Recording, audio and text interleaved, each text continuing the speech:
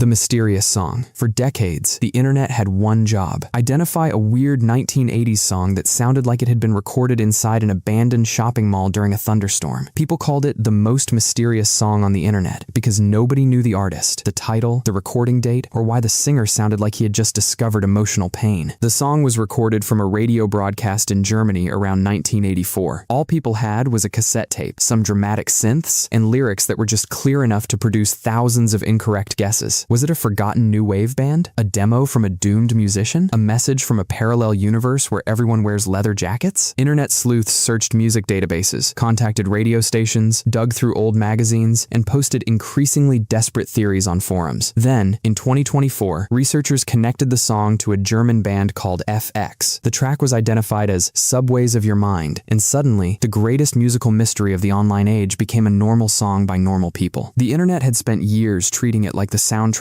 to a government conspiracy. It turned out to be a band recording a song, which is honestly how most conspiracies end, not with aliens, with a keyboard and 4 guys from Germany, the boy in the box. In 1957, the body of a young boy was found inside a cardboard box in Philadelphia. He became known as the boy in the box, and for decades, nobody knew his name. His case became one of those deeply tragic mysteries that seems impossible to solve because the only clues are old photographs, limited records, and an entire city trying not to think about the worst thing imaginable. The boy was buried under a marker that simply said, America's unknown child. That is not a name. That is what happens when a person gets reduced to a question mark. Years later, investigators began using genetic genealogy. Online databases allowed DNA from the case to be compared with genetic information voluntarily uploaded by distant relatives. It was not someone casually scrolling through family photos and suddenly shouting, "Wait, my great-uncle had a suspicious cardboard box." It involved forensic testing, family trees, public records, and an absurd amount of digital detective work. The boy was eventually identified as Joseph Augustus Zarelli. The internet did not magically solve the crime by itself, but it connected the right pieces across decades of silence. A mystery that had survived for more than 60 years was finally given the one thing every person deserves: a name. Even the internet occasionally remembers that it is supposed to help humanity: the Grateful Doe. In 1995, a young man was killed in a car accident in Virginia. He carried no identification, and no one came forward to claim him. Investigators found a Grateful Dead sticker on the vehicle, so he became known online as the Grateful Doe. For years, the case floated around the internet like a sad digital ghost. People posted sketches, photos, and details on missing person forums. Users compared old concert images, searched travel patterns, and wondered whether the unidentified man might have been someone's missing son, brother, or friend. The internet turned a nameless body into a searchable person-shaped question. Eventually, online sleuths helped connect the case to Jason Callahan, a young man from South Carolina who had disappeared while traveling. A missing person website and people familiar with his appearance helped bring attention to the possibility. DNA testing later confirmed the identification. The strange thing is that the internet did not solve this with one dramatic clue. It solved it through repetition. One person noticed a photo. Another remembered a detail. Someone else searched an old post from before social media had completely eaten everyone's brain. The mystery ended because thousands of ordinary people refused to let a stranger remain unidentified. Somewhere, the Grateful Dead sticker was probably still stuck to the car, doing more investigative work than most detectives: the Somerton Man. In 1948, an unidentified man was found dead on Somerton Beach in Australia. He had no wallet, no identification, and labels removed from his clothing, because apparently even his shirt was participating in the mystery. Investigators found a tiny scrap of paper in his pocket bearing the words Tamam Shud, meaning ended or finished. The phrase had been torn from a rare copy of a collection of poetry called the Rubaiyat of Omar Khayyam. The case quickly became a perfect recipe for public obsession: a dead man, a secret message, mysterious relationships, and enough spy theories to keep the internet awake until sunrise. For decades, people speculated that he was a Cold War agent. Maybe he was poisoned. Maybe he had a secret lover. Maybe he was simply a man who made extraordinarily bad travel plans. Online researchers spent years digitizing records, comparing photographs, building family trees, and examining old documents. In 2022, Australian researchers announced that genetic genealogy had likely identified him as Carl Charles Webb, a Melbourne electrical engineer. The identification has been widely discussed, though some authorities have treated it as a strong lead rather than a fully closed case. Still, the internet transformed the mystery from an impossible legend into a real human story. The spy thriller may have been a regular man with a complicated life, which is less cinematic but considerably more unsettling: the skeleton in the woods. For years, unidentified remains found across the United States sat in evidence rooms under labels like Jane Doe or John Doe. These names sound official, but they really mean we know a person existed, and that is currently the end of the sentence. One such case involved involved the remains of a woman found in the woods in Ohio. She had been dead for decades, and traditional investigation had failed to identify her. There were no social media accounts, no digital photographs, and no conveniently labeled family group chat. Then came genetic genealogy. Investigators extracted DNA, uploaded profiles to genealogy databases, and searched for distant relatives. Online researchers built enormous family trees, moving backward and sideways through generations until unrelated-looking branches began to point toward the same person. The woman was eventually identified as Marcia King, who had disappeared in the 1980s. Her family finally learned what had happened to her, and a cold case received an answer after decades of complete silence. This kind of investigation is basically Ancestry.com turned into a crime-solving war room. Instead of discovering that your great-great-grandfather was a blacksmith, you discover that a distant cousin may help identify someone who has been missing since before the internet existed. The web did not resurrect the past. It simply gave investigators enough digital threads to pull the past back into the light, one uncomfortable family branch at a time. The lost hiker. In 2012, a photograph appeared online showing a young man hiking through the mountains. He was smiling at the camera, wearing outdoor clothes, and standing beside a sign. Normal vacation behavior, except nobody knew who he was. The image was eventually posted in online communities dedicated to identifying unidentified people. Users compared the photograph with missing person reports, searched the trail location, examined the sign, and tried to figure out whether the man was a tourist, a local, or someone who had vanished without anyone noticing. This type of investigation is where the internet becomes both impressive and deeply weird. One person recognizes the shape of a mountain, another identifies a brand of backpack. Someone else notices that the image was uploaded near a specific date. Suddenly, thousands of strangers are analyzing a blurry photograph as though they are the world's least organized intelligence agency. In several missing person cases, online communities have helped identify hikers and travelers through photographs, local knowledge, and old posts that investigators might never have seen. The clues are often tiny: a jacket, a trail sign, a hairstyle, or the background architecture. The human brain is terrible at remembering passwords, but strangely powerful at recognizing a stranger's face from a blurry image posted 12 years ago. Your memory may forget where you left your keys, but the internet remembers a man standing near a pine tree. The bloop. In 1997, underwater microphones detected an extremely loud sound in the Pacific Ocean. It was so powerful that people picked it up across thousands of miles. Scientists called it the bloop, which sounds less like a terrifying ocean event and more like the noise made by a cartoon whale falling down the stairs. Naturally, the internet decided the sound came from a gigantic sea monster. Theories spread everywhere. Maybe an enormous creature lived in the deep ocean. Maybe it was a prehistoric animal. Maybe Cthulhu had finally woken up and was annoyed about shipping lanes. The sound was much louder than any known animal, so the monster theory became the fun answer. Eventually, ocean researchers explained that the bloop was caused by ice quakes, massive ice formations cracking and breaking apart. The sound came from natural movement in the Antarctic region, not from an aquatic dinosaur looking for somewhere to park. The internet helped spread the mystery, but it also helped spread the solution. Recordings, scientific explanations, maps, and acoustic analysis became available to anyone willing to read more than the headline. The bloop is a perfect example of how online mysteries work. The Reddit art mystery. A strange painting appeared online showing a pale figure standing in a dark landscape. The image looked like it belonged in a haunted museum, a cursed dream, or the bedroom of someone who owns too many antique mirrors. Nobody knew the artist, the title, or where it came from. Online communities began investigating. People reverse searched the image, examined its visual style, compared it with museum collections, and looked for similar works in old auction listings. Because the internet is filled with people who can identify a painting from one suspiciously familiar shade of green, the search grew quickly. Eventually, researchers traced the artwork back to its original source, an old painting that had been photographed, reposted, cropped, and stripped of its context until it became an internet horror image. The mystery was not a supernatural entity or a portal to another dimension. It was an artwork separated from its label. That may be the most internet-specific mystery of all. A normal object gets uploaded without explanation, loses its history, and becomes an urban legend because nobody included the caption. Online communities are remarkably good at restoring context. They can identify a song from a few seconds of static, a person from a decades-old photograph, or a painting from the corner of a frame. Of course, they can also spend 6 months arguing about whether a blurry shadow is a ghost. The internet is a library, a detective agency, and a haunted comment section sharing one electrical outlet. That's all for today. I'll be making similar videos in the future. Subscribe to see them.